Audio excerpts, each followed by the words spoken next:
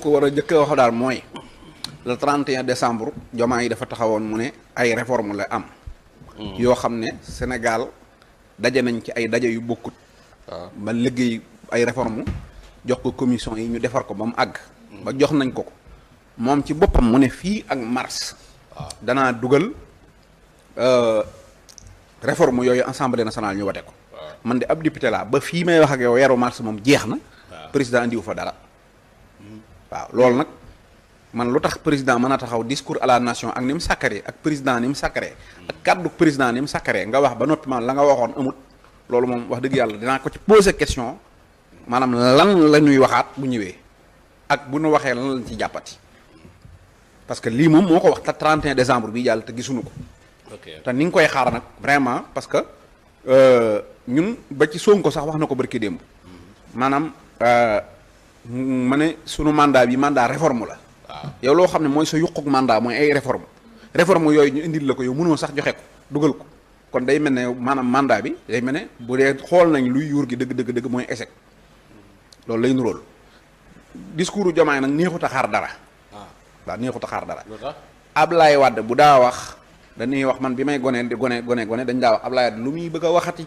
nga xam ne bu nee dañuy wax rek dëkk bi taxaw ñëpp ne lu muy waaj a waxati ndax xam nañ ne am na lu rëy lu muy wax Macky Sall bu masaan di bëgg a wax dañuy wax ku muy bëgg a naxati maanaam lu mu narati ndax danañ xam ne am na ci pexe mum ne bu dee Diomaye nag bu waxee ba noppi maanaam taxawaayu rapport boobu di ànd ak ngaaka belene daanaka moom day taxaw maanaam mooy dasanama leer yi day bari waaw kooku rapport boobu rek damay bañ waaw nga xam ne mooy wax dese na ma leer daal rapport boobu yi ànd ak ngaaka matadi waaw taxawaay boobu lay taxaw nag discours am moom dese na ma leer daanaka day da ngay defaat waaw moom da ngay defaat lu bëree bëri pour jéem a xam sax lu muy wax ak di ko jéem a comprendre te bu ci dollee nag maanaam lam la ca wax lépp maanaam nga toog doo ko gis nag daanaka xaar discours bu Diomaye moom xaar lambi Sa Thiès da koy xaw a tane daal. mais da ngay dem Thiès. da ngay dem Thiès. Thiès waaw ci def da ngay dem.